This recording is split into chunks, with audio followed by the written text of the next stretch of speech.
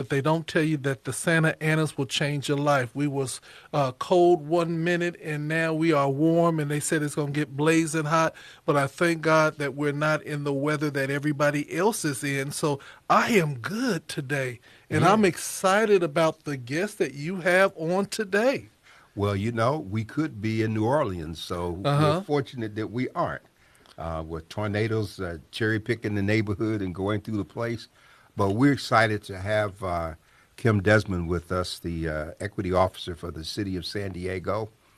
She's new to San Diego, which can be a good thing because she doesn't have the baggage of all the people that you and I know. Oh So Lord, that's the baggage, the baggage. Oh, all our wonderful friends. I say that in jest. So we are excited to have her here, and we really want to hear from her. And her visit is even more important when we consider some of the issues that are confronting the county right now, especially with the County Race Human Relations Commission and issues in Lemon Grove and the position that she has. For so long we had a Race Human Relations Commission here, but it wasn't really functioning. And so now she's here with us. And so I'd like to, Ms. Desmond, give you an opportunity to not only say hello, but say a little bit to people about yourself and take your time. You're here among friends, and it's important that we help people get to know who you are and what you're doing. Thank you so much, and thank you for having me here. Yeah, turn her up. It's so, number one, just thank you to the city of San Diego has been just so welcoming for me, and Dr. Warner certainly have respect for you. And so just looking forward to the conversation as of about who I am. I like to start out first and foremost with just labeling that I am the granddaughter of Annie Reeves, who comes from the South. And my mother's, I am the daughter of Sandy Kay and the daughter of Kim Carter. So actually named after my dad. So I like to always start with that. And in terms of like the thing that I really like to always share about myself is my purpose. And so I like to share that more than like just any other title. My purpose, most certainly, I like to say that I was called into this work. I can't say that I purposely wanted to do anti-racist work in local government. And so it's most certainly a purpose that I've been positioned to do, which is how I found myself here in San Diego. So that's a little bit about me in terms of like my purpose is this work and just kind of the lineage what kind of led to who I am today. Well, say a word about where you have came here, where you've come from, in terms of because people always come into San Diego. It's desirable, and we've got that sunshine tax here that tries to drive folks away. We used to have a bumper sticker that said "Hello, welcome to San Diego," and they'll go home. So we got we kind of got rid of that. So just tell a little bit about where you come from, so people will know. Yeah, so I'm born and raised in Denver, Colorado. And my family, like my dad's side of the family actually is from Chicago and my mom's side of the family is from Texas. And so I think, as a black woman, our story has always been one of migration, right? And so it's an example of even me coming here. So born and raised in the Mile High City, city of the snow. So definitely getting used to all the warmth and the constant like melanin in my skin popping out here in San Diego. We got blizzards and 7 below there in the Mile High City. So definitely enjoying the weather here, but definitely love everything about Denver, Colorado, which is why I actually respect being new to San Diego because you can't tell me nothing about Denver. Like I love Denver, and I know every. You could say a street in Denver, and I could probably tell you exactly where it's located at. And so looking forward to like learning all those things as well about this city as well. Well, I'm just going to ask the question because it was a situation that when I went to Denver, I got accosted, and it really scared me because I had never been ran up on by a bunch of geese, Oh, and they were aggressive. I think they was claiming they said. So tell me, being in Denver, you love Denver. Tell me about the geese, because I was like, said, is it hunting season? Because they were everywhere. the geese they don't play. When you from Denver, you know how to play with the geese. Like City Park, if you're ever in City Park, don't mess with the geese. They will come for you. Like they will chase you. They will make sounds at you, and they are around year around. It don't Yeah. matter how cold it is. It don't matter how hot it is.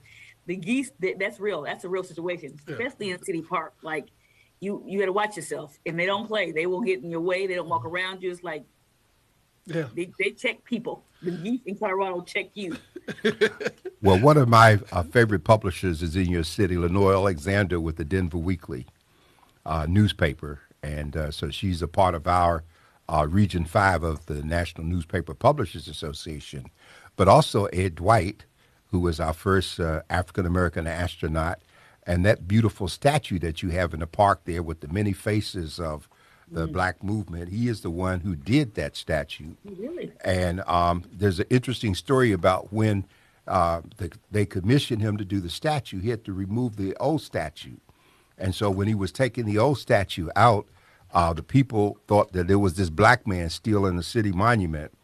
And so as he loaded it on his truck to take it back to his place, which was a formal air base where his whole garage workshop is, they were following him with a helicopter from the sky, and police were there, and there's this man stealing this monument. And then they were embarrassed, Leonard, because when they got to his place, they found out he was moving that statue so he could put the new one up that the city had commissioned him to do. And so, but it's a beautiful piece. And Denver is a very interesting city. I remember many years ago, I went there some 40, 50 years ago for a meeting, and it was so nice and sunny. When I got off the plane and I went in the hotel, and by the time I came out, a blizzard had come up and it was snowing.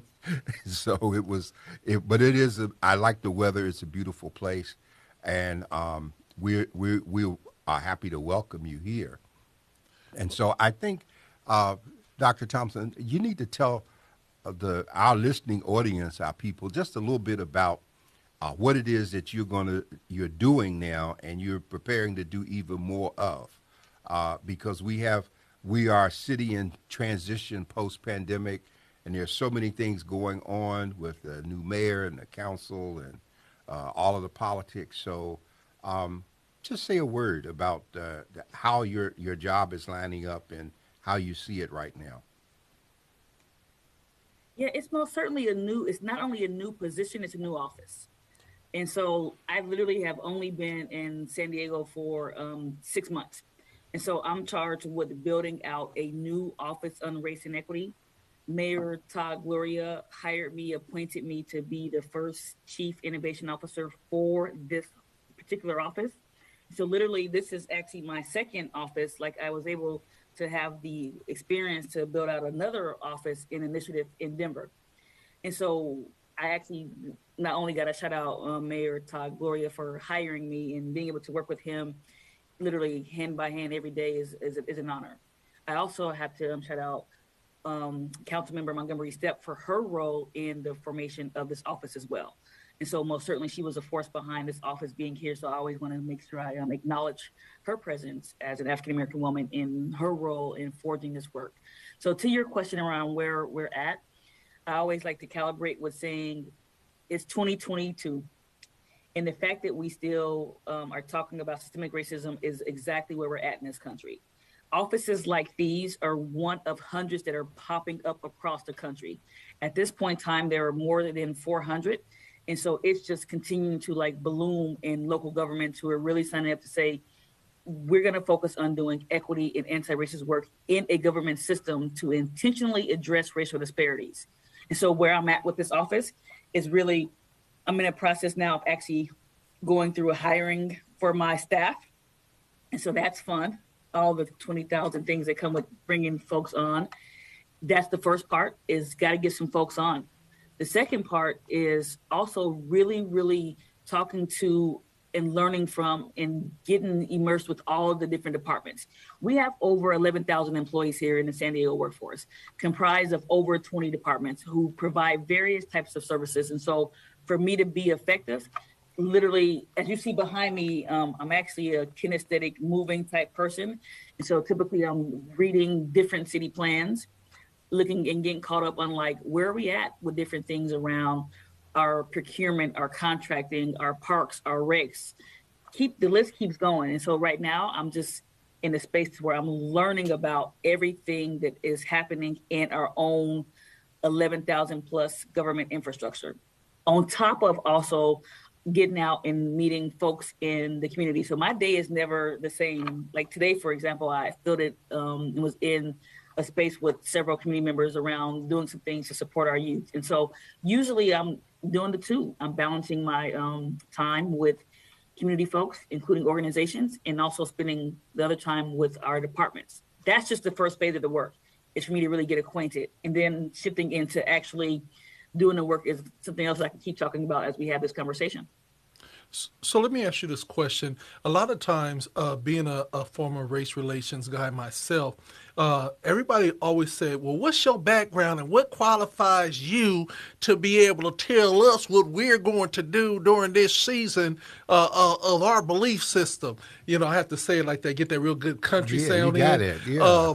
Tell us a little bit about your background and your experiences, maybe through growing up or college, or even, you know, because a lot of times we see everybody say she awful young, but you know, I believe that your experience basically helps people to understand why you're doing the work.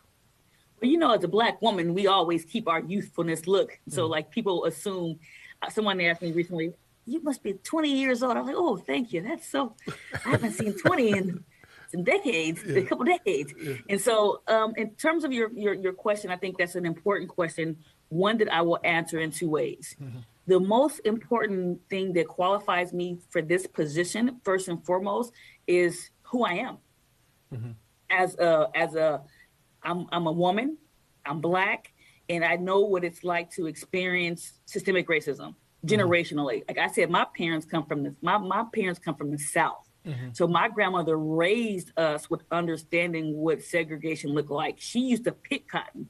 So when you ask me what my experience is, it's one where I was reared to understand how integral racism is intertwined into the fabric of this country. So that's the most important experience right there.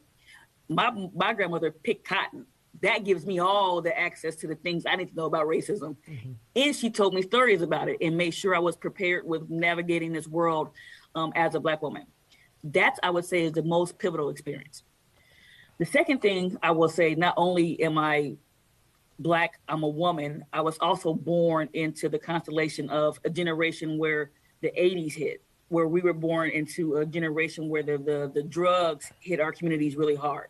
So that's a whole experience in itself when you have the generations that were impacted by crack cocaine, right? So I grew up in poverty. I grew up in the environments that we are seeing the disparities actualize. And so I have this interesting generational placement where I can kind of still live on the technology age because we didn't have cell phones and Netflix and all those things, but I also shipped over to where I have those things in terms of like I was on that cusp in terms of generationally. The second thing, so I just wanted to put that on the table because that experience is more important to me than my pedagogy and my educational acumen, because I can get with you on that too, right? So pedagogically, I have multiple degrees. One of the degrees is actually a master's in clinical counseling. The second degree is a master's in education administration and policy studies with an early childhood certification, right? And so I have, I'm actually certified to actually still operate child care centers in the state of Colorado. I don't know why I keep updating my license like I'm going to do it one day. But, and so definitely pedagogically, like I got the rigor of, I've done the education thing. So you talk about my life experience, and then pedagogically, I got the formal education, right? For me, formal education doesn't speak anything to my intelligence. I just went through I went through the notion of schooling in this country. The third part about that is government. I have worked, this is my second city that I've worked in. I was the first director for the city of Denver's Race and Social Justice Initiative, which then rolled into an official mayor's office of social equity and innovation. So I've built with my colleagues, and I got to shout out my sister Erin Brown and my colleagues in Denver, like in Mayor Michael B. Hancock. I've built with my colleagues in Denver an office on social justice. So pedagogically and experience-wise, this is my second city. And so when people ask me about my experience, I'm at the point in history where I'm confident in what I can do and who I am. I've worked in nonprofit, I've worked in quasi-government, I've worked in education, I've even worked in housing. And so I have an ecological, I've even have been an adjunct teaching professor. That's one of the ones that and so like I definitely have a unique constellation of experience. What I can also say, the other fourth part to that experience is that I know what I don't know. There's nothing about me saying I'm new to San Diego. That is not a secret, right? As I stated, that this is a city where a lot of folks come here, move here, make a life here. And so I know that I'm new to a city, which is I like to say that I was selected because I come and I bring an outside perspective. And so I know what I don't know. And so I like to say that that's also a level of experience because I'm not ashamed of saying I don't know something, right? You can never know enough in this space of doing equity work. And so I come with an era of saying, I know what I don't know. And it's okay for us to walk into a space which you don't know, because mind you, America has not addressed or solved systemic racism. So I'm in good company with all the advocates who have come before me and are still doing the work, is that we still trying to figure this thing out. All right. I like that, Dr. Warren. Well, I want to say a couple of things to you. I appreciate the story about your grandmother. I, too, had the opportunity to pick cotton in my youth, so I know what it's like to be in the field, as they show in The Butler. I was that little kid out there dragging that sack and going through all of that. But we have a situation here. If we fast forward, the chief of police recently gave a report. He talked about hate crimes. The DA has talked about hate crimes being up in San Diego.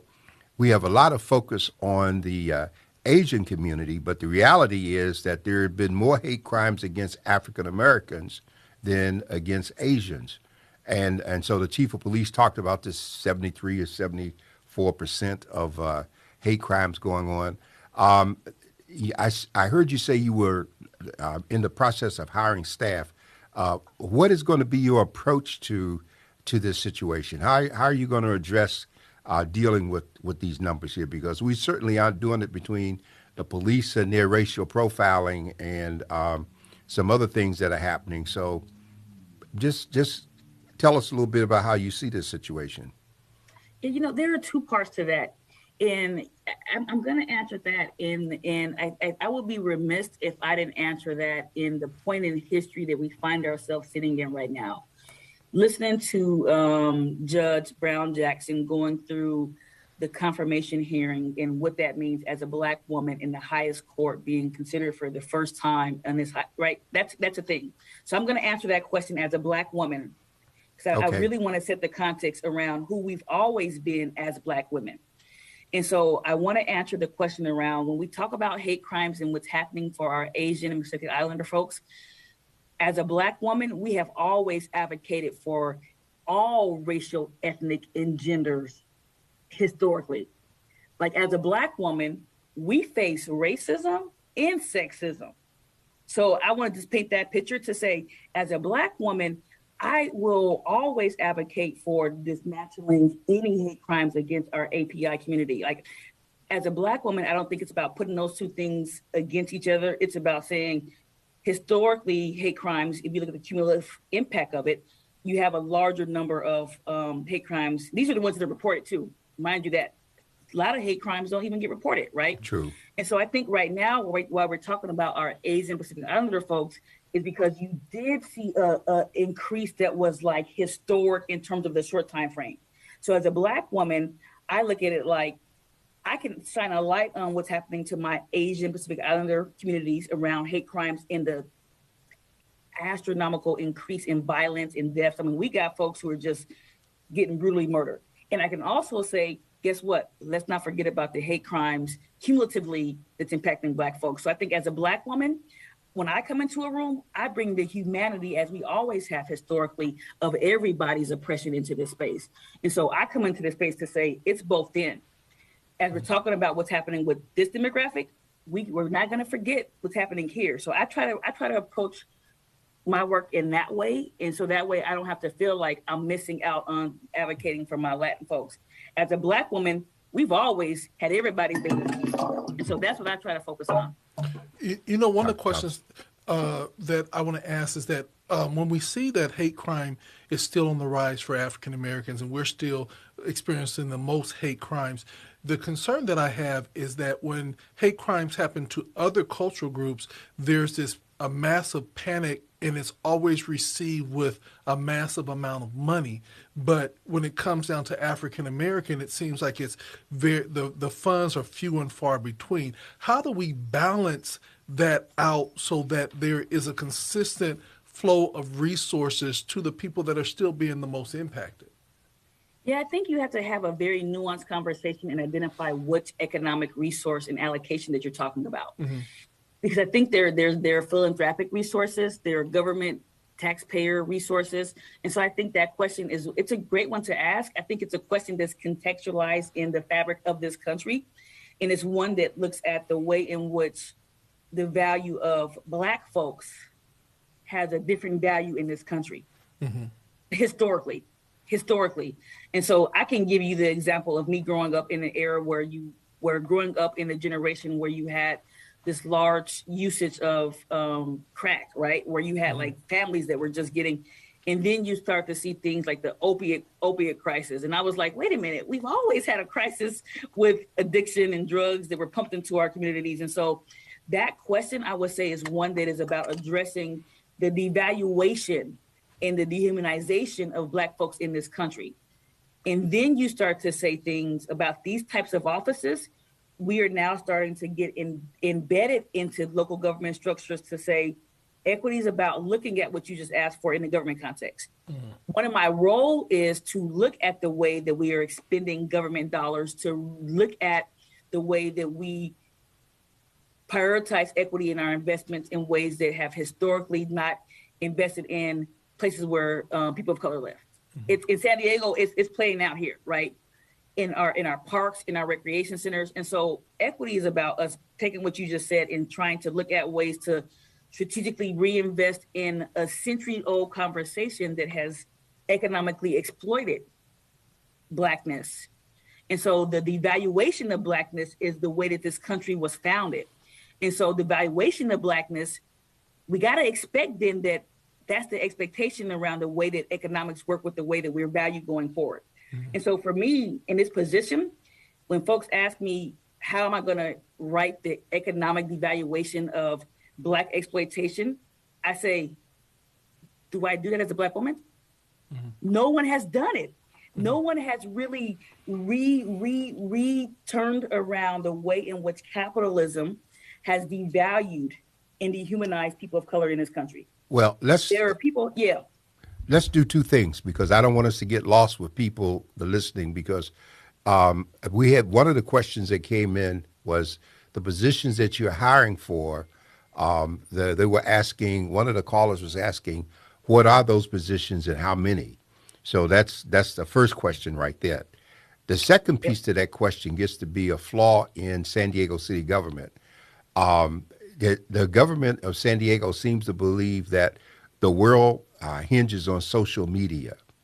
And we've been here for 62 years. We are a legal publication of Voice and Viewpoint. GOD Radio is here as a part of the community.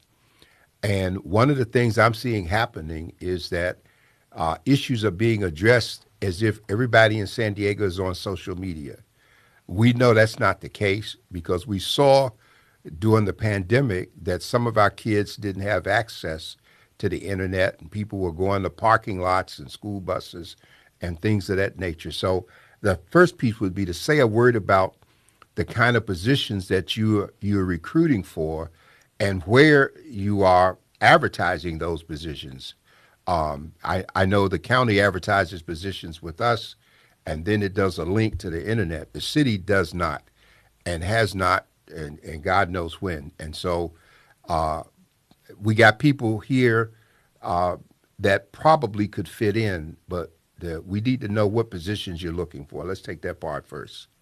Yeah, the way that I understand that question was, one, what kind of positions am I hiring for right now? Right. And even the plans for continually adding on to the office. I will answer that question to say right now I'm appropriated to hire 2 positions. In the job, I'm actually in the process now of going through all the applications and all that, because the job posting already, it closed. And so I'll say that to say the 2 positions, they're constructed in a couple different ways. We have 11,000 city employees. Right. although we are an office that is appropriated for 3 positions, right, including myself, I am also connected to the mayor's office.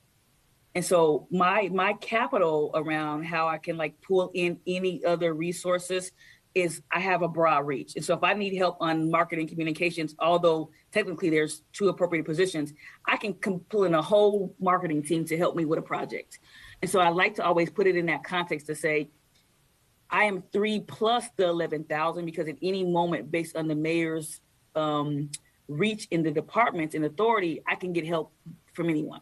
Well, where did you And so that's that part. advertise? Where did you advertise those positions? You said they had closed. Where Oh were they yeah, I sent advertised? them out like we sent them out in various places. I think you're spot on. Is that there is a digital divide, and so I know that RHR actually I extended the positions for what you just said to me. Is that I know for certain we advertised them with all of the different advisory groups that are in the community, sent them out to various organizations, right? And so that was another piece. I know that there was also council member Montgomery Step was also out promoting the positions as well. I know I've been talking about these positions on every news thing that I've been on. And so I totally agree with you. Like we can never not reach everyone because barriers to information is always a barrier.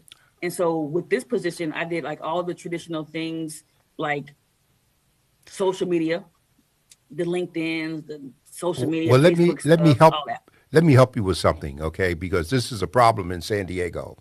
First of all, there is a thing called a due process, which is notice and opportunity, as you well know. And in San Diego, we have no less than 6 community newspapers that cross the ethnic diversity of San Diego.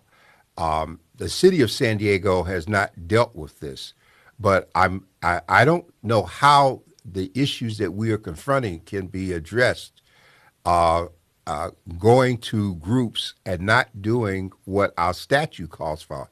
In California, the Administrative Procedures Act calls for notice being given in adjudicated newspapers. And so they can be on social media, but social media in the state cannot be a substitute for the adjudication process. And so I'm mentioning this to you as a matter of FYI because the city itself has not addressed the issue. Now, let me just say the city has had things like an Equal Opportunity Employment Commission, which has never really functioned or done anything meaningful that it should. The city has been through some tremendous battles with entities like the Association of General Contractors, when many years ago we had some breakthrough and got about 4% of the contracts out of the 100% they were getting. They fought that in court to turn it around to go back to just try and get it all. We've had diversity reports, studies that have been done. No action has been taken in terms of those things. And so we have a whole litany of stuff back there that is a part of discussion, but has not translated into action that will come before the council, that will give a vote, that will yield results. And so the even the city's Human Relations Commission, which it had before you came, and I think it's been folded into your position, that commission never had a staff at all. And there were like 2 or 3 commissions that they just had a person there as a director, no staff, no financial support, and they just couldn't get anything done.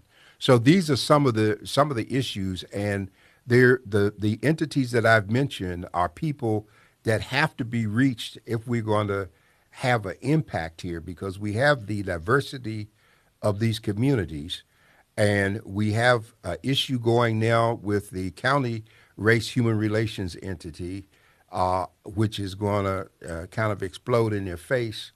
And I understand that the city is looking at some of the issues that the county is addressing, and I'm hoping the city doesn't go down the same path.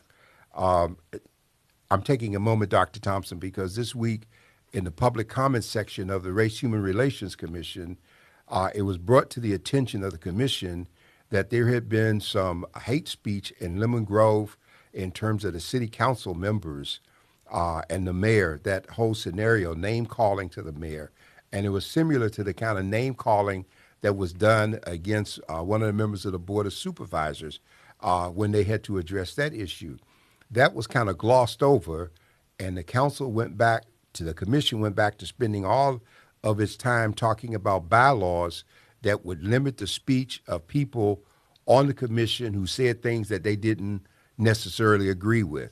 And most of that was aimed at Reverend Hodges because of his statement about an abomination in terms of his biblical quote. And so I'm very concerned that the city of San Diego, and many people need to understand this, the city of San Diego is a charter sovereign entity, just as the county is. So it's the one city in the county of San Diego that the county cannot give direct instructions to. And so I know I just put a lot out there, but in kind of a simple fashion, I wanted to give an opportunity for you to let people know the extent to which you are aware of the problems. Not asking you to solve them, you can't. But I just want to show you why people will be looking for, and sometimes a lot more than discussion, or at least the scheduling of meetings for discussion, so that they can address some of this, because the issue is not getting better. I hope I didn't throw too much there, but No, just pick it any way you want. Yeah, let me throw this back at you so I can make sure I'm capturing what I received in terms of putting it into maybe some buckets. One, what I hear you saying is that there's a continuing need for local government to be more inclusive with the way that we communicate, disseminate information, whether it be job postings, whether it be pick the thing. Right. It could be contracting opportunities. Is that the first thing Yes, that I'm receiving? that's correct. So that's one bucket. All right. The other bucket is, I would say, let's just call the second bucket the systemic racism bucket. Okay. Let's call it or we can call it the inequity bucket, right? Okay. And so there's an equity bucket, and then there's the need to continually be inclusive in terms of how we engage in disseminate information. Is that fair to kind of Yes. count those two things? Right. Okay. So if I was to take those two buckets, and I say that because that's kind of how my mind organizes things. Like if you come into my office, I kind of organize things in areas that I can get my hand around. Mm-hmm. Because this kind of position, I worked in local government in Denver for 8 years, give or take, maybe 9. I don't remember at this point, right? So 8 years, let's say 8 years. Okay. There are so many things that you could do that are just so much that I don't want to get you can't grab onto the whole ocean, right? Right. Sometimes you got to take a cup. And so the way that I approach this work is that the first bucket is, I agree with you. Government has to do better with the way that we're inclusive in the way that we communicate, disseminate, and engage folks in the things that's happening, even as a way to inform our work. Right. That's an ongoing thing. And as a matter of fact, I like to quote Pedagogy of the Oppressed in terms of you can never complete a goal of engagement. The moment that I say have engaged a given demographic, that's the moment I start to oppress that demographic, because no one can ever come to all the things you're hosting. And so I think for government, we have to continually look at ways to offer things in print, offer things on social media, and do it in different novel ways. And so I totally agree with you there. Like in that first bucket of being more inclusive as a government, we got to do better there. Okay. And so the staff I can tell you right now, you will start to see some of these things. Like actually for the past 2 months, we've been doing these engineering and capital planning sessions in the community. We actually have one tomorrow, and we have a couple coming up where we're tailoring it based on what district. There are some that are on Zoom. There are some where I said, we got to go to a library. Even though we're in the pandemic, there are some folks who, and this is me in my experience with my folks in my family, some folks are not getting on Zoom to do all the things, right? Right. And so that's the thing. And so I think to your point, we got to do better there. And so in my position, as I'm talking to departments, you can see so in these last several sessions that we've done, I work with our engineering capital planning department, and I said things like, we can't get on these calls or go into the public and say things like, let's talk about asset classes. I didn't even know what that meant. What does asset class mean, right?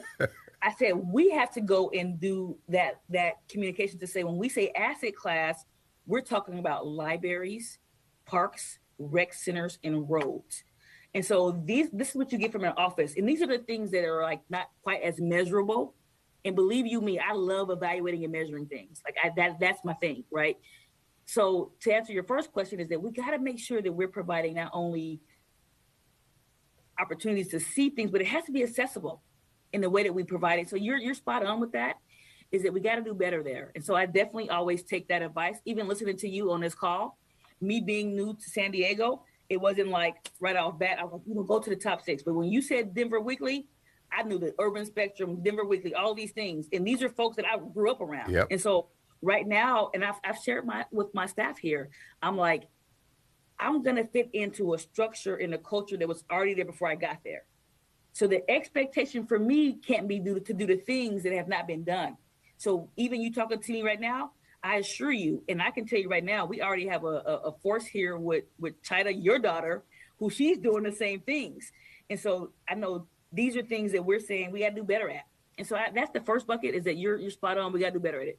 The second bucket is the systemic inequity, systemic racism category.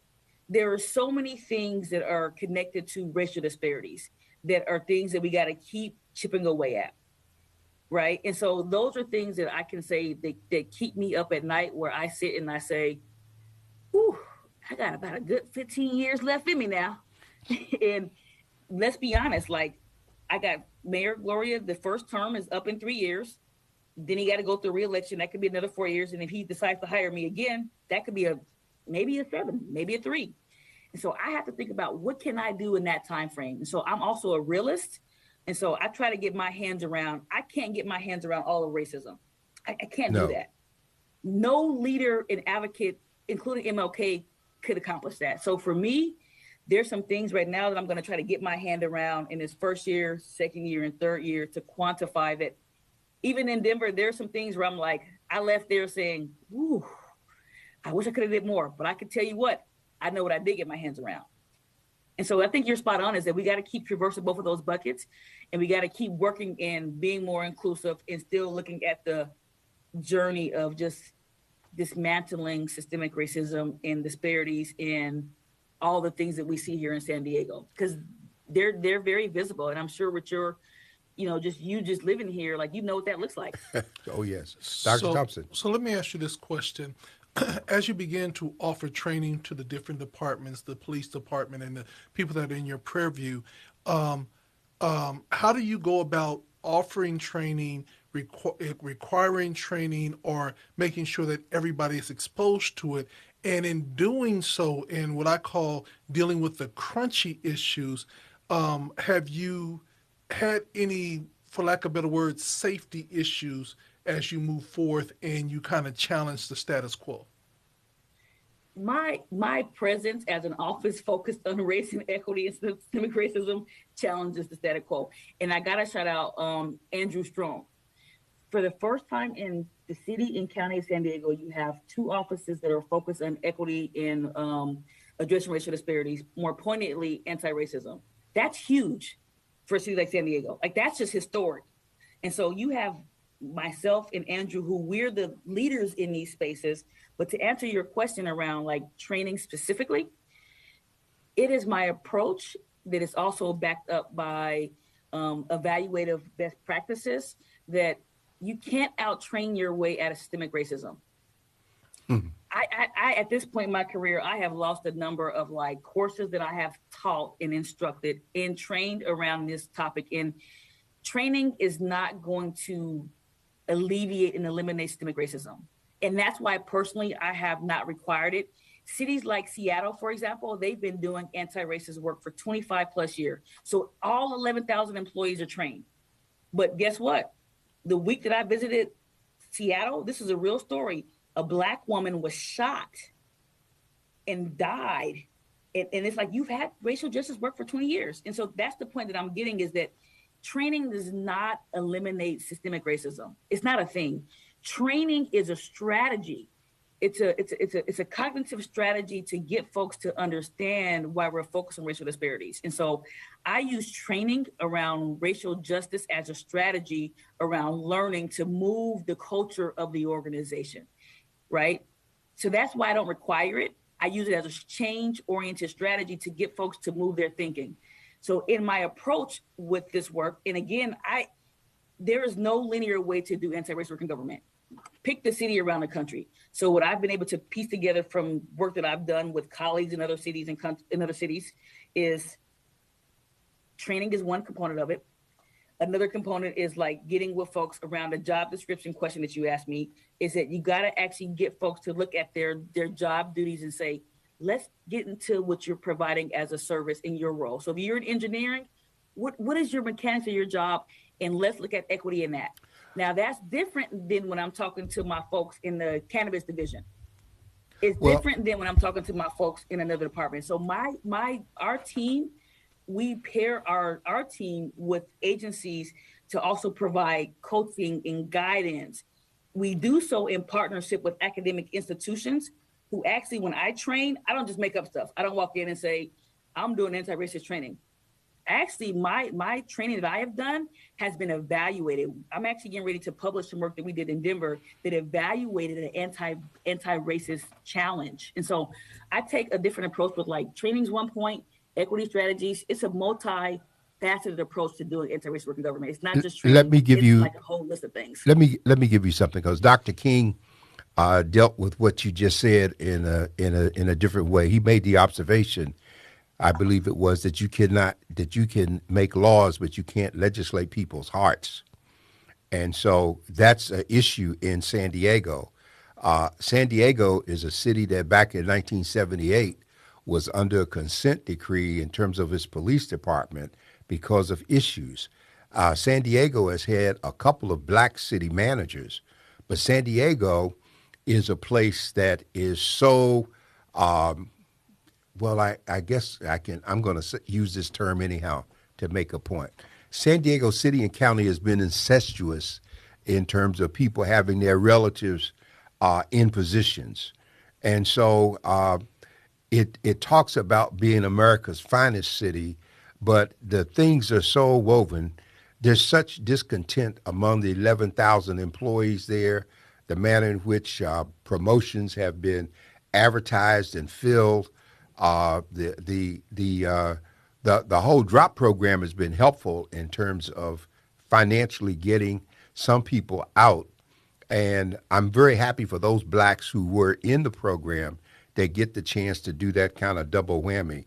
Because before San Diego had its pension problems, it was probably the only city that gave out an extra check every year to its retirees.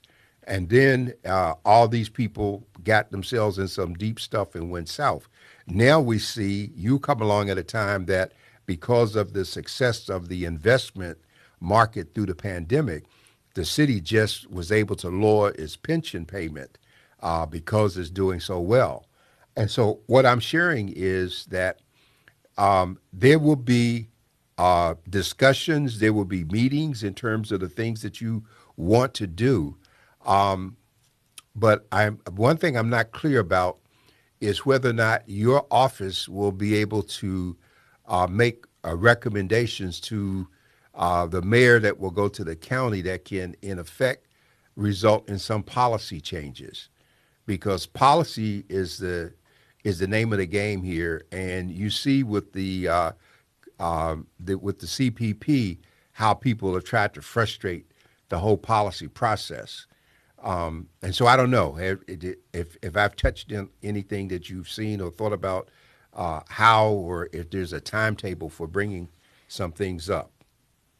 Yeah, I can just answer part of that to say I work directly for the mayor.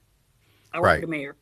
And so I think that actually gives a level of access to, there's that. And then I also can say I work for not just the mayor, I work for a man who literally, like, I watch this man. I think sometimes we don't see politicians and how they move. Like I watch the way that the way that our mayor is committed to the work. And so I'll even just say in my first week in starting here, I wasn't quite sure like how, like much he was going to push the work. I will say on our first series of interviews, he was like, this is who I am. We're going to make sure we're addressing disparities in our infrastructure in our streets. There are folks who are complaining about potholes, but there are streets with no sidewalks. And so I work for a mayor who has that value orientation. And so most certainly, I think when you look at the symbiotic relationship with the county, our mayor is always at the table for the things that he brokers and carries forward.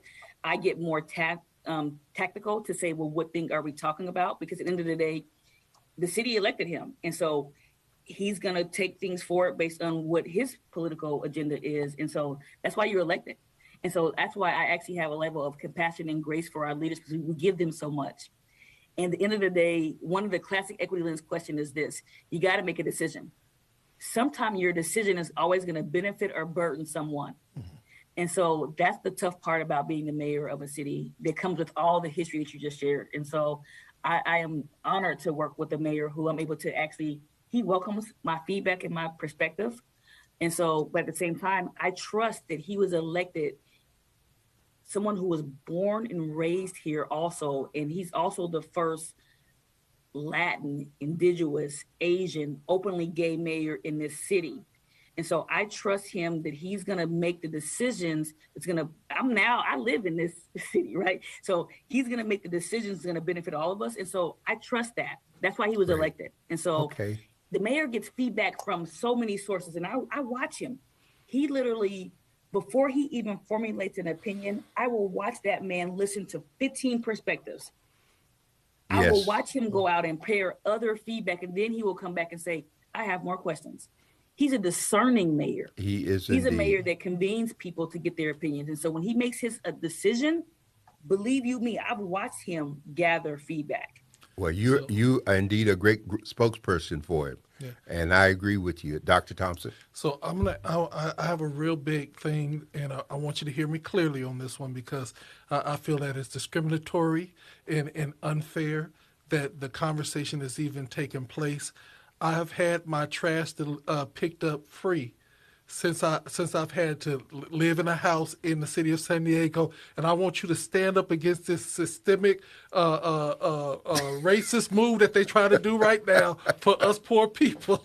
I just had to do that. I just had to do that because in the seriousness of everything that is going on, I want you to look or talk about how, if we get this racial disparity correct, that it literally will save and build resources versus taking away resources. Yeah, I think we look at things where to get to equity, you have to go through equality. Mm-hmm. I think that's actually classic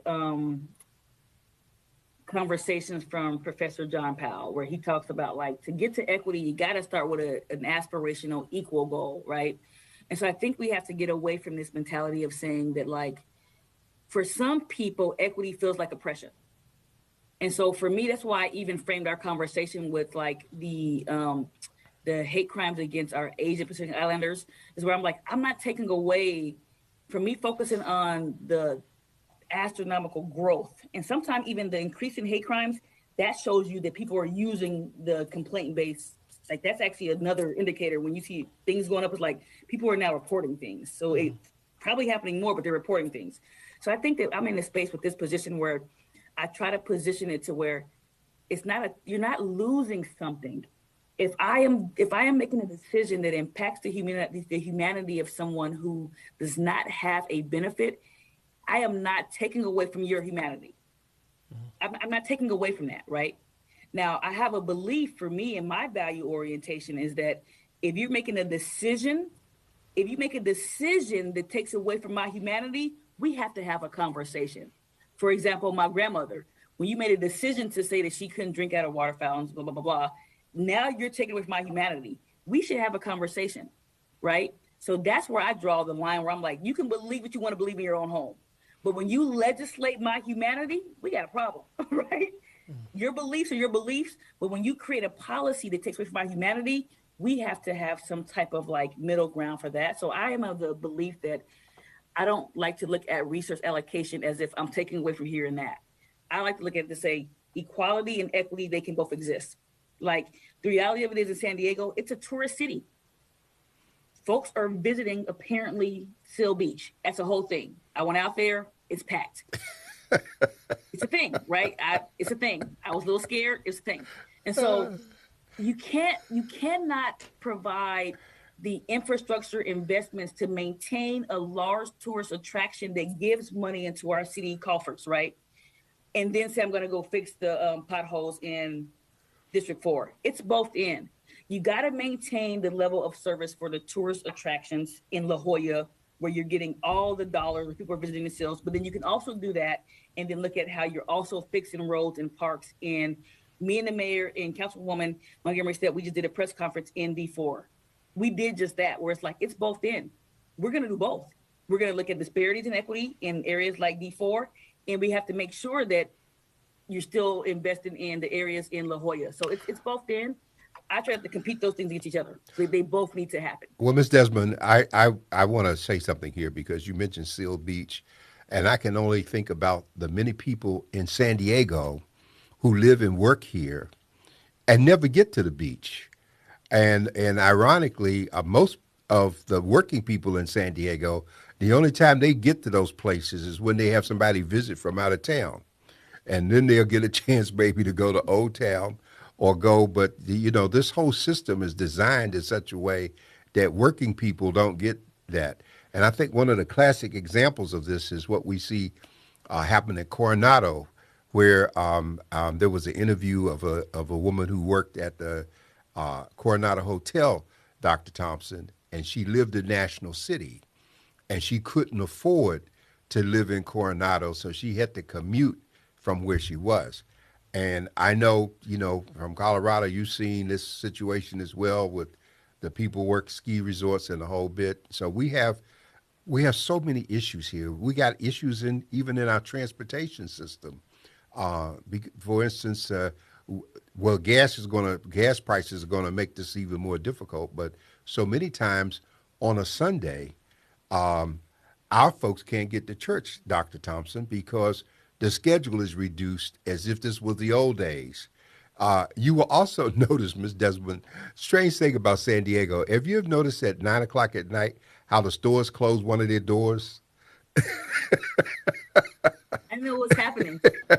I know what's going on. Yeah, I mean, this is just a carryover from this small town mentality that 9 o'clock they close one of their doors. Well, when I came here 35, 40 years ago, on a Saturday, they used to, at midnight, they would put a cover over the beer and liquor area of the grocery store because they wouldn't sell anymore then. So, I mean, the city has changed in a lot of ways, but it still's got a lot of small mentalities because the transportation, just like when you talk about equity, I've talked to the mayor about the need to, as we hire more young people, I think there should be an internship kind of job in every department.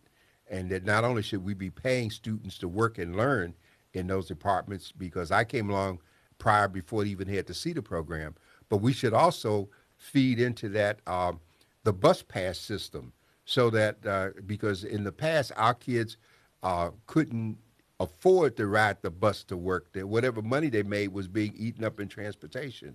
So a lot of this is important because we still have people being bused out of the community, and we still have a lot of people coming here, Dr. Thompson, who want to live north of 8 instead of south of 8. And so just so many pieces. And so one of the things we wanted to establish with you in this conversation is we wanted people to get a chance to hear you, number one, and to get a feel for your views. And we see that you do have a passion for what you do. And we hope that that we can go further with that we can interact with you and that you will know that we're here as a resource in terms of what you're attempting to do.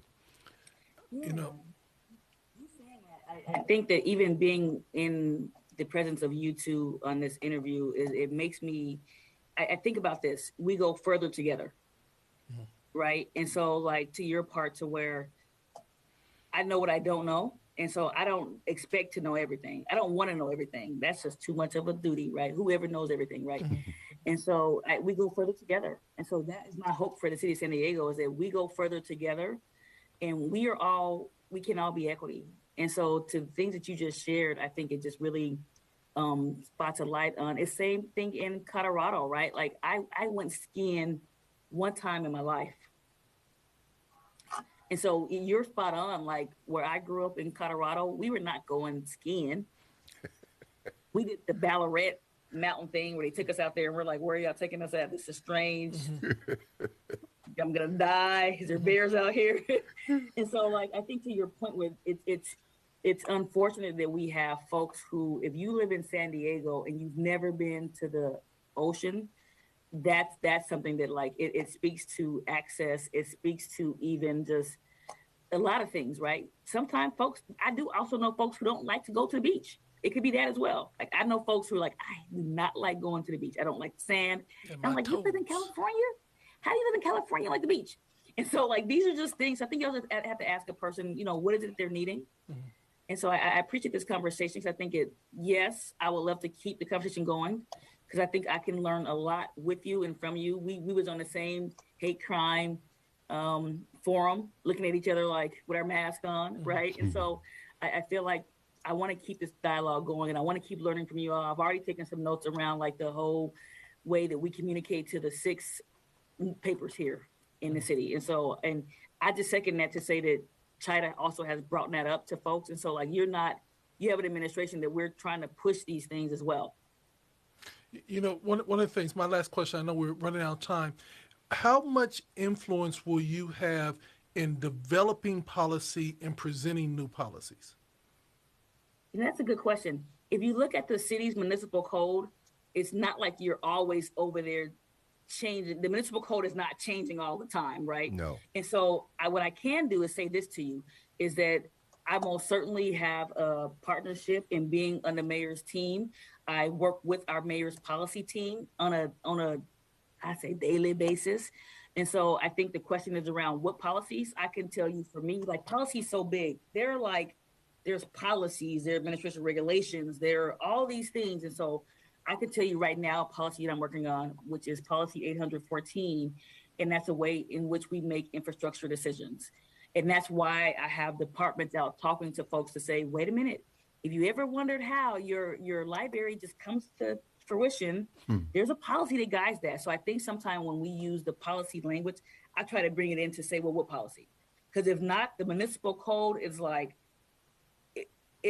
you have things that have been in the code since the inception of the code, right? There are things in the code that you're like, why is that still there from 1931, right? And so that's why we need feedback from folks, because sometimes it's not like you have someone who's every day reading through section 20 of the Muni Code and ordinance number 8. Like sometimes it takes someone saying that I don't like this. And then it's our job to say, let me go and find that. Because that's our job. If sometimes when I see someone, when they tell me what a problem is, I try to go and match the policy context to it. So that way I can ask myself to say, our problems may either sit in 2 places in that bucket of like just being inclusive. We got to like address the culture. The second part to say, does this set in the policy? Now, California is unique now with this prop where you can't really talk about race thing we got going on here.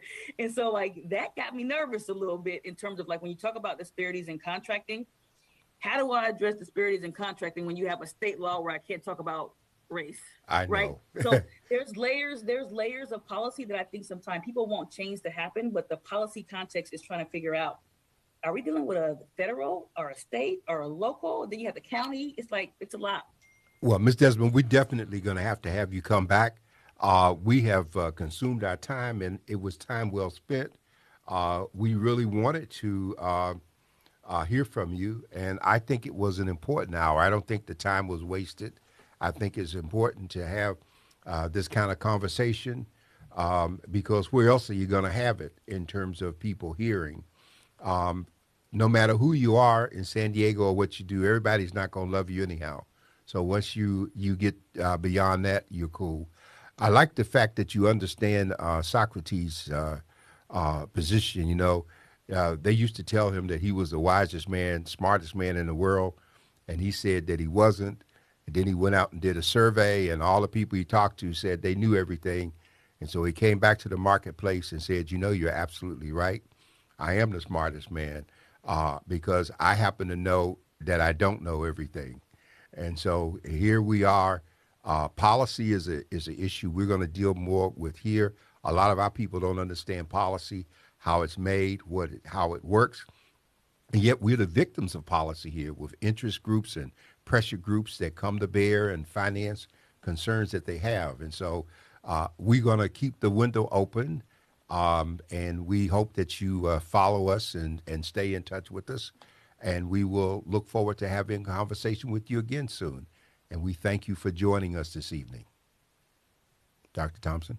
Yeah, thank you for having me. Thank you for having me, and just thank you for all the things that you've done for this city. And so you're still doing it, not done, still doing it. And so I actually have a couple copies of your paper, right? So I'm in that generation where I used to like read newspapers, and so I like to feel some type of things. And so That's good. thank you for all the things that you've done for our community, both of you. I do appreciate it, and thank you for the time. Thank you. Well, there you have it from the desk of the editor tonight. None other than Miss Kim